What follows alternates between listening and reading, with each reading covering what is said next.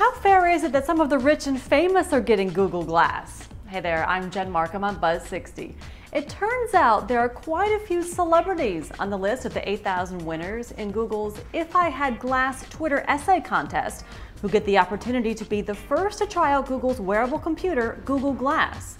A Stanford student sorted the list of winners by number of Twitter followers, making it easy to spot the famous folks among the winners, including actors Neil Patrick Harris, Alyssa Milano, and LeVar Burton, recording artist Brandy, Soulja Boy, and Imogen Heap, film director Kevin Smith, Mythbusters host Adam Savage, former Pro Football star and NFL Network analyst Akbar Gbajabiamila, Food Network host Sonny Anderson, NASCAR driver Benny Gordon, and even Newt Gingrich. Now, this isn't a freebie. All 8,000 winners, even the woman with 9 followers who just wants to use Glass to take pictures of her grandchildren, will have to shell out $1,500 a piece for the test version of the product. It'll be interesting to see what Google Glass looks like in all these famous faces and what the world looks like through their eyes.